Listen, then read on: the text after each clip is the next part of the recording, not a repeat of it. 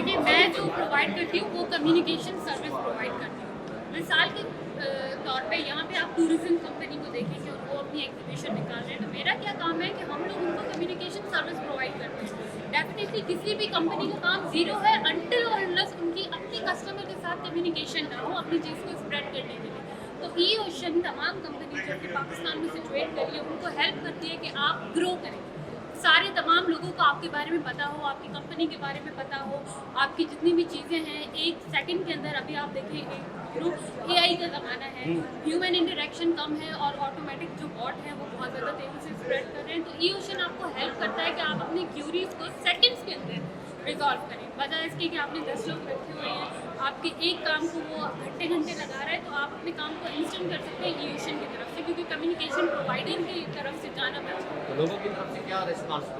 बहुत अच्छा रिस्पांस मिला। अगर आप फाइनेंशियल सेक्टर में जाएं तो बैंकिंग सेक्टर को देखिए, वो तमाम जो उनकी कम्युनिकेशन है ई ओशन रिस्पॉन्सिबल है उसके लिए। आप तमाम ब्रांड को देखें, इवन आप पाकिस्तान में, तो मैं कह रही हूँ पाकिस्तान में तो नहीं, ई ocean is beyond Pakistan. Pakistan तो अब कुछ भी नहीं है माशाल्लाह से। पाकिस्तान में काफ़ी सारी इंडस्ट्री है, लेकिन मैं ये बात कर रही हूँ कि पाकिस्तान में ई ओशन में बहुत कुछ पेनिट्रेट, मतलब जो सर्विस है वो पेनिट्रेशन बहुत अच्छी कर रही है। अब we are working beyond Pakistan, तो इंटरनेशनल भी हमारे बहुत सारे प्रोजेक्ट हैं, जैसे यूनिलीवर एक बहुत बड़ा नाम है, तो उनके साथ काम करते हैं। तो यस, हम डेफिनेटली बहुत प्राउड फील करते हैं अगर हम डिफरेंट कंपनीज को हेल्प करें, ग्रो करें और अपनी कम्युनिकेशन चैनल को उनका बेंचमार्क और अच्छा बनाएं।